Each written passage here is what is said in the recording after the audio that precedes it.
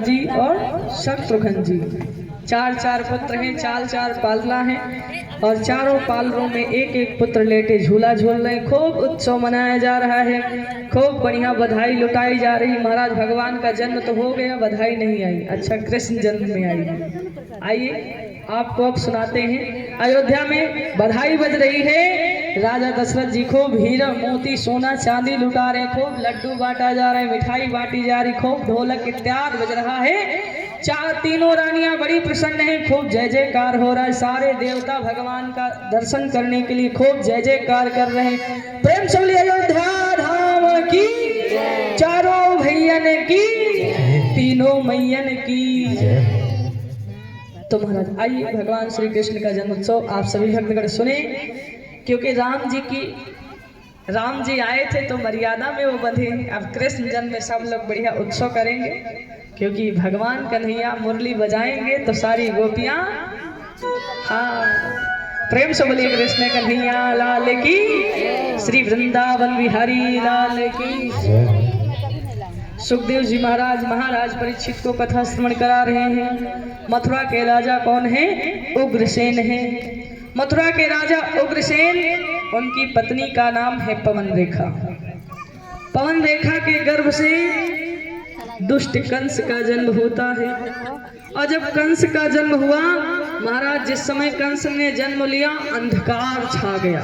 चलती हुई पुरवाई यानी हवा रुक गई, खिलती हुई कलियां मुरझा गई, संतों की समाधि टूट गई महाराज। क्यों? क्योंकि आज पापी और अत्याचारी का जन्म हुआ है। कंस बचपन से ही अत्याचारी था। जब पाठशाला पढ़ने जाता था, छोटे छोटे बच्चों को मार कर काट कर नदियों में फेंक देता, बड़ा अत्याचारी था। और उसके अत्याचार से राजा उग्रसेन बड़े परेशान हुए। एक पिता जब उसका बेटा अच्छा काम करता है तो महाराज उसका पिता सर उठाकर सभा के बीच चलता है, लेकिन महाराज अगर वो गलत दृष्टि गलत कार्य करने लगे तो उसके पिता का सर सभा के बीच में नीचा हो जाता है। राजा उग्रसेन ने अपने पुत्र कंस को समझाया, बेटा आप एक राजा के पुत्र हैं, राजा की भांति जियो, और ये सब तो क्या दुष्कर्म कर रहे हो, संतों को ब्राह्मणों को मारते हो, ये पाप है, ऐसा नहीं करना चाहिए। संतों की सेवा करनी चाहिए, ब्राह्मणों की सेवा करनी चाहिए, चरणों को छूकर आशीर्वाद लेना चाहिए, और अत्याचार कर रहे हो। एक पिता ने जब अपने बेटे को समझाने का प्रयास किया महाराज, तो दुष्ट कंस ने राजा उग्रसेन को ले जाकर कारागार में बंद कर दिया। और जब कारागार में बंद कर दिया और मथुरा का राजा बनकर बैठ गया कौन? दुष्ट कंस। और महाराज कंस के चाचा का नाम है देवक। देवक ने अपनी पुत्री देवकी का विवाह किया। किसके साथ? वसुदेव के साथ।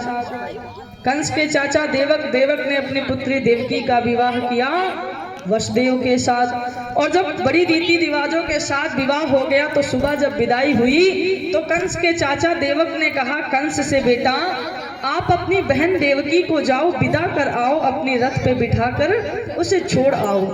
कंस ने अपने रथ को सजाया और देवकी और वसुदेव को बिठाया, और जैसे ही महाराज रथ को लेकर चला, आधी रास्ता पहुंचा, वैसे आकाशवाणी हुई, ऐ दुष्ट कंसेस, जिस बहन देवकी को तू विदा किए लिया जा रहा है, इसी का 8वां संतान तेरा काल होगा। महाराज तुरंत उसने रथ को रोक दिया। क्या मेरा काल? कदापि नहीं। कंस ने जैसे आकाशवाणी सुनी, रथ को रोक दिया। ना रहेगी देवकी, ना मेरा रहेगा 8वां काल। महाराज बालों को पकड़ा, रथ से नीचे घसीट लिया और तलवार को उठाया, जैसे ही मारना चाहा कि ना रहेगी देवकी, ना इसका रहेगा 8वां संतान। वसुदेव जी हाथ जोड़ लिए, कंस से कहने लगे कि जिस दिन मेरी देवकी के गर्भ से संतान जन्म लेगी, हम लाके तुम्हारे चरणों में डाल देंगे, लेकिन मेरी देवकी को इस तरह से उसकी मृत्यु दंड ना दो, जीवन दान दे दो। जब इस प्रकार से वसुदेव ने मनाया, कंस ने देवकी और वसुदेव को ले जाकर कारागार में बंद कर दिया। और कारागार में जब बंद कर दिया, धीरे धीरे करके समय बीता। देवकी ने जब पहली संतान को जन्म दिया, वसुदेव जी उस संतान को गोदी में लेकर पहुंचे कंस के पास। कंस ने जब उस पुत्र को देखा तो उसको दया आ गई, क्या इसे ले जाओ, इससे मुझे कोई दिक्कत नहीं। महाराज देव ऋषि नारद जी को चैन नहीं। देव ऋषि नारद जी ने मन में विचार किया, ये कंस जितना देर लगाएगा उतनी ही देर मेरे प्रभु आने में देर लगाएंगे।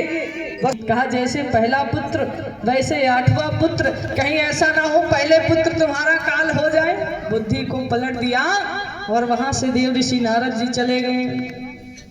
कंस दौड़ता हुआ पहुंचा देवकी के कारागार में, उसके पुत्र को छीन लिया और पत्थर पर पटक दिया, उसके प्राण निकल गए। महाराज कंस ने 1 नहीं 2 नहीं 3 नहीं 4 नहीं पूरे 6 पुत्रों का वध कर दिया।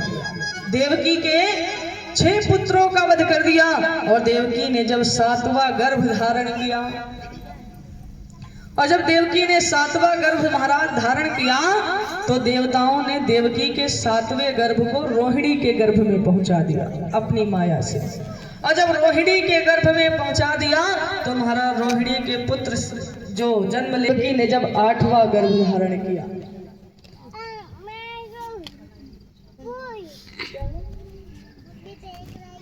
और देवकी ने जब 8वां गर्भ धारण किया, दोहरे ताले लगवा दिया, दोहरे पहरेदार, हाथों पैरों में हथकड़ियां जकड़ दिया और चारों तरफ से पहरेदार लगा दिया महाराज। लेकिन कहते हैं जब भगवान आते हैं तो कोई पहरा काम नहीं करता है, कि करता है? कोई पहरा नहीं काम करता है महाराज। समय बीतता गया और महाराज बिजली कड़की बादल गरजे। देवकी जिस कारागार में बंद है, दोहरे ताले लगे, हाथों पैरों में हथकड़ियां जकड़ी हुई हैं और पहरेदार पहरे में लगे हैं। 24 घंटे जागने की अमले हमारे पास तुरंत सूचना पहुंचाओ महाराज। बिजली कड़की बादल गरजे। कहते भगवान का दर्शन सब लोग थोड़ी ना कर पाते हैं। भगवान अगर सबको दर्शन करा देते तो जितने पहरेदार थे सब मुक्त हो जाते महाराज। हाँ, इसीलिए सारे पहरेदार सो गए महाराज। जितने पहरे लगे थे ना पहरेदारी में, सारे पहरेदार सो गए, सारे फाटक खुल गए। उड़ती हुई एक टोकरी आई, अचानक बिजली कड़की बादल गरजे। देवकी के हाथों में एक सुंदर सा बालक आ गया। आकाशवाणी हुई, वसुदेव इस बालक को इसी टोकरी में लिटा लो और जाओ गोकुल में यशोदा जी के पास एक माया रूपी कन्या लेटी है, इस बालक को यशोदा जी के पास लेटा देना और उनके पास जो माया रूपी कन्या लेटी है उसे आप लेकर चले आना। तो महाराज हाथों पैरों की हथकड़ियां जो थी सब खुल गईं। टोकरी में बालक को लिटाया, भगवान को लिटाया और सिर पे रखा और चल पड़े कि खुल गए सारे ताले, वही क्या बात।